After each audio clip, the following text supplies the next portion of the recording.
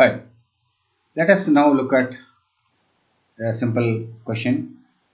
Give any two responsibilities of memory management system. I think I want you to explain a little bit, not only one line answer because it's a two-mark question. So I expect some content to be written. We want you to explain about whatever responsibilities you are saying, a little bit elaborate about it.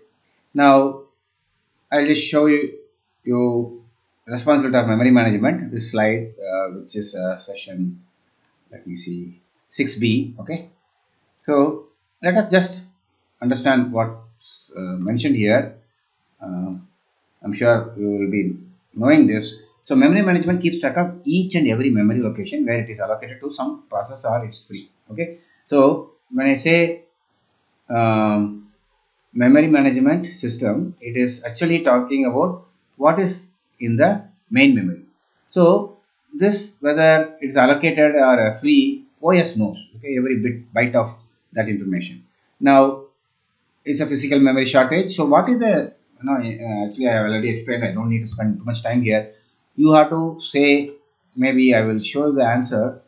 I think that will actually highlight what is expected of you rather than explaining more. Oh, sorry, I did not write anything here. So I want you to explain it from the slides, managing the primary memory by moving the contents of the process and providing a contiguous memory space for each process. Okay, though there is a limited space in main memory. So providing a contiguous space is one good example. And then managing is what is the purpose of memory management is no managing the primary memory and allocating to multiple processes. Like, sharing the memory with the different access permissions for different processes.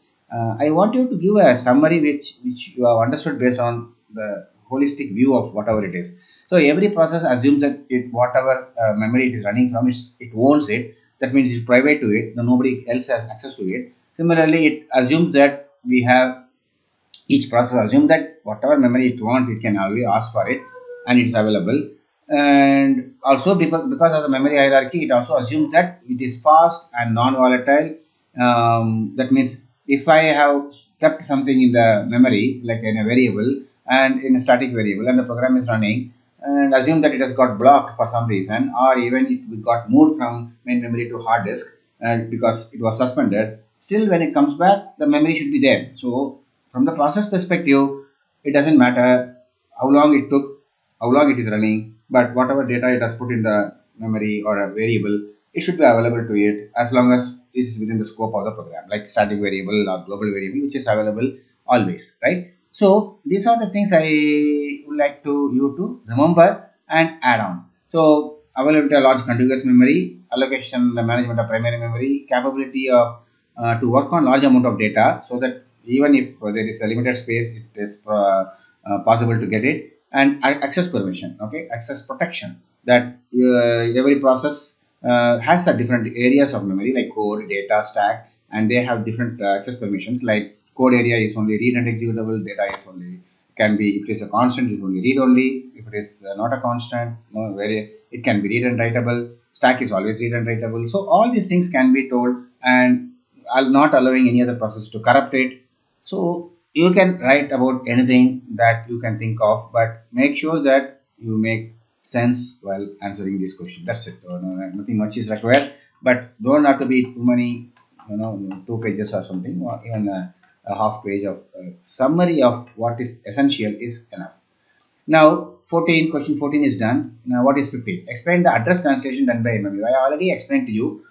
We have actually not, sorry, this relocation register, I didn't do it, but I told you that generally what is being done by the memory management unit. So, let us look at that on relocation of address. See, as I mentioned, logical address, whatever addresses you see here, they are all given in decimal. They are logical addresses. That's why you see that a process P1 also starts with 0 and P2 also starts with 0.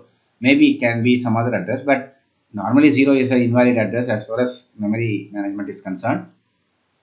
But the program is starting from the zeros offset. But what happens in real life is they are not going to be running from the location 0. Now, imagine there is a memory management unit. Like, for us, this MMU is a very simple unit which does only a addition of some offset address which has been found based on the location where it has been loaded. Now, one limitation of this, there are many limitations, but at least one of the limitations, most important limitation is whatever the program memory address space. Address space is the all the addresses which are accessible to this program, and all those addresses are need to be in a contiguous location on the main memory, which is not actually not to be supported by main memory, MMU. It can actually split it and put it in different locations, but the support needed from the hardware perspective is much more complex than just a simple relocation register. So what I'm saying is, if we are implementing a MMU with only a relocation register into the hardware unit, what happens is every address that is generated by the CPU, which happens to be a logical address, is added with this number. Now, who decides this number? It decided by the OS based on where it is uploading the program onto the main memory. So once it starts loading from some address, it is supposed to provide a contiguous space. That's why earlier we saw in the question that A, B, C are the processes, and there's new process coming in, where we are not shown that two part of A process is on two different locations. We are showing it as one single block. So it's a limited main memory virtual memory support, wherein the process is supposed to be can be in any location on the main memory, but it has to be all contiguous. So that's the only limitation, but it doesn't matter. In that case, what happens is whatever address being generated by the program is added to the number. In that case, what will happen?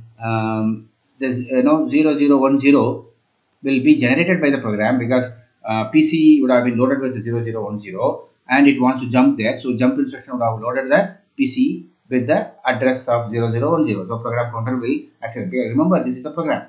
So I'm not showing the data and stack area of this program. So now what happens is, when that address comes out where it has to jump, it has to pick the instruction stored in that location. It should come here, but it is not available at 0010, but it is available at 160. Now, this instruction, what is stored in the memory is this. We are not modifying the instruction. So the same content of this comes into the CPU and it is generating that address which happens to be 0010. But what happens when it comes into the main memory to access the instruction? It will be modified by this 150, which is the address given as a offset address. So because 0 is at 150 means every instruction will be from that base address. So that's a offset number you are adding. So every logical address is added to the 150 and coming out as a physical address. So what you need to do is draw this picture and then maybe one picture of this showing this memory, and then explain what happens. Okay, the program is loaded, can be loaded anywhere in location, and it would be in a contiguous location, and whenever any address is generated, it is added to this initial address where this program is started loading. It has been loaded. That any address generated will be added with this value before coming into the main memory. That's it about the question which talks about translation using the relocation register. Now let us look at this particular interesting problem. Now you have to read it carefully. The ready queues of 3 priority levels. Okay, we are showing only priority 1, 2, 3, and it says the priority 1 is greater than priority 2. That means when I am saying is greater, that means priority 1 is a higher priority compared to priority 3. It is actually dependent on the OS. In this case, we are deciding that a smaller number is a higher priority. So it's many OSs follow different convention. So the ready queues of 3 priority levels, the processes in them are shown. There are some processes here, whereas there is no process shown here. The highest priority queue is not there. Okay, now P5 is running. We are not shown whether P5 came from which priority queue. Most probably it would have come from either priority 1 or it would have come from the priority 2. No problem. Now we will see. We are not bothered about what is the priority of the P5. The ready queues of 3 priority levels is within the same priority level. Suppose if there are 2 priority processes are there in the same priority level, LIFO is a scheduling use. So last in first out. Suppose of the same priority, there are some tasks. Suppose one which is coming in. Let me tell you, LIFO order means this is a queue, ready queue. Okay, if process is coming in, that is added here. Okay, P1 is coming, that will be added to the head of the queue. We are lost in first out, and then P2 maybe P3 like that. Okay, whatever is there previously. So the recent one will be added to the this part of the queue, not from this side. This is first in first out. This will be last in first out. Okay, we are assuming that this is the place where the scheduler is picked the process from. So last process which is coming is always added so that scheduler can pick it up. So assume that way. Now within the same priority level, LIFO is used. Assume that the currently running process P5 creates two new processes. Now P5 is creating two new processes, and it doesn't have to create whatever it has its priority as. It can create either a priority a process with a higher priority than its own or lower priority than its own. It depends on what you pass as an attribute during the pthread create. So, and you remember, even the thread is scheduled as a individual schedulable entity. Though it will be treated like a small unit which to be scheduled. Okay. So here maybe fork is done with some, and then priority is also given somehow. Assume that two new processes have been created. Now P8 followed by P9 with priorities 2 and 3. Now assume priority 1 is the highest and this, which is the next process that would run on the CPU after P5 terminates. See, what happens is, we are not talking about whether it's a preemptive scheduling or non-preemptive scheduling, that is not mentioned here. So as soon as the process is created, it's not scheduled, which is the next process that would run on the CPU after P5 terminates. And sorry, assume a non-preemptive OS scheduling. That's the reason that I have mentioned it as it after P5 terminates only these new processes are going to be scheduled. I have mentioned it already. Otherwise, you can even have your own assumption, but it's non-preemptive scheduling. So P5 generates the processes, creates the processes, but it's not interrupted. Okay, it is added. Okay, please remember it is also added to the queue. Now, what is it creating? It is creating P8 followed by P9. The order in which the CPU in the CPU P5 is running, and it is creating P8 as well as P9 afterwards. But the priorities of this are different, 2 and 3 respectively. So this is priority 2, this is priority 3. Now which is higher priority? This is higher priority. I said that smaller number is higher priority. So where will it be added? It should be added to the RQ2, this queue, priority 2 queue. Where will it be added? Will it be added to the end of the queue or at the head of the queue? Because it's a LIFO, all the priority queues are following LIFO ordering. So the P8 will get added to the head of this queue, and P9 is in the priority 3, so it will be added to the head of this queue. That means it will become, the order will become P6, P2, P9. So if you have to see the priority queues positions, P9 will be here, and then what is here? P2 and P6. So this order will not change. Okay, this will be remaining. This is priority 3 queue. Now what is the priority 1 queue? P9 has come there. P8 will be coming here because it's priority 2. Already P7, 4 are there. So P7 will move to here, move to this place, P4, P8. Okay. Now what is the state of P1, the priority queue, priority 1 queue? It's empty. There is no other process. Now what happens to this P5 which is running? It has created those processes, but it terminates, I said. So it is not going to come back and get added to anything. Remember that. And you don't need to know the priority of this P5 at all. Now which will be scheduled next? Very obvious. Okay, this is priority 2 queue. Okay, this is the priority 2 queue, 3 queue, and priority 1 queue is here, which is empty, so it needs to be this. Okay, so that's it. So let us I don't think I need to show you the answer, which will be shared anyway. And this question 16 is done.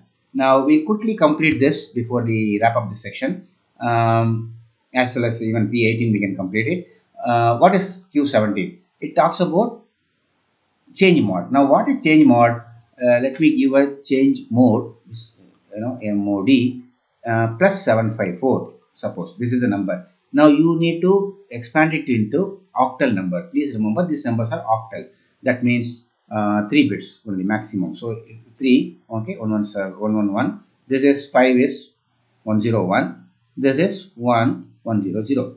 Now any file, if you change the mode, okay, there are access permissions of 3 types. Okay, access permission. There are access permissions. Now this will be RWX. So first one is owner of the file, and RWX. This is group. The user can be part of some group, and you can say that what is the access permission for the group to which this file belongs. See, a file owner may be different, and the file group, that owner may be a part of the group, and this file will also belong to that group. And that group of people who have or this user is part of, they have some different access permission. You have a freedom to give them different access permission at the same. So that RWX is here. And what about this? Anybody in the system, others, other than the group members, other than the owner, anybody in the system can have also different access permissions. So this is what is a RWX means. Okay. So let us see what happens here. Okay. What does it mean? Yeah, one here means that its permission is given. What permission? Or WX, read permission, write permission, and executable permission. So they are different. From this you can make out that, okay, 111 is for owner. Owner is having read and write and execute permission. All permissions are given to the owners, and group members are given only read and executable permission. Write is not given. And for others, only read permission is given and no write or executable permission. See, others are not trustable, whereas group is trustworthy because you have accepted them as a part of the group, or you wanted to be part of that group. That means you you trust the members of the group, and owner of course has all the accesses. So this is how you can explain, and answer can be given in this form. Let me read it. So the above command is to change the mode or access permissions of the file for all the users of the owner, user groups, and all the users of the system where this file is. So the output number 754 can be written as this form. You have to expand it into binary form, and then RWX you have to map it to those numbers and say owner is so permission has got all permissions granted. This is only read and execute permission is given. Only read permission is given. Third octal number. Okay, others. So this is what you have to write. Now, what about std in and std out? See, any process that is running, this is a terminal. Suppose I have a program.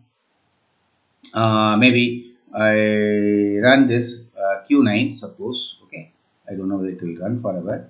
No, at least it is printing something, right? So std out is connected to this. If I am giving some input, std in is connected to this terminal. And what are those std in, std out? There are standard input IO streams. Okay, so stream means by is a stream of bytes. So std in is for input. Any program that runs, it needs to get some input from the environment, right? That is std in, and its file descriptor. In Unix or Linux, every device is associated with the file. So then there will be a file descriptor. So std in is file number 0. Okay, that's a standard because every program needs to have these three. And std out. Okay, I should not show this as a out. Okay, this is a output std out. Okay, and then std error is another one, which is like error message coming. So this fd is 2. This file descriptor is 1. And I'm sorry about this, and std in is fd 0. So these are the file descriptors, and what is the purpose of this? This is to get input. Any program running, executable running here needs to get some input. Then it is std in, it's open. So in this case, terminal is supposed to be the feeding the input, and any output printf coming, it will be here. Any printf or error coming out, error messages coming, it will be sent to the std error string. So why is it done? This is done to make sure that any errors are captured separately, and you can even put it direct it to different files and then analyze it later on. So that's the purpose of std in, std out, and we have actually run one lab also on this. This can be explained like what I have shown. std in or other standard streams for input and output and error output. By default, standard input is read from the keyboard, while the standard output and standard errors are printed on the screen. Every program running in Linux is associated with std in to receive stream of inputs. std out is for standard output of where the printf messages go to, and std error is the error messages from the program is routed to. The file descriptors of each of them are 0, 1 and 2 respectively. So this explanation is enough for this particular question if it is asked. So I think we have now come to end of this discussion. So let me stop here, and maybe we may have one or two max to complete our question paper. Okay. Bye bye. See you.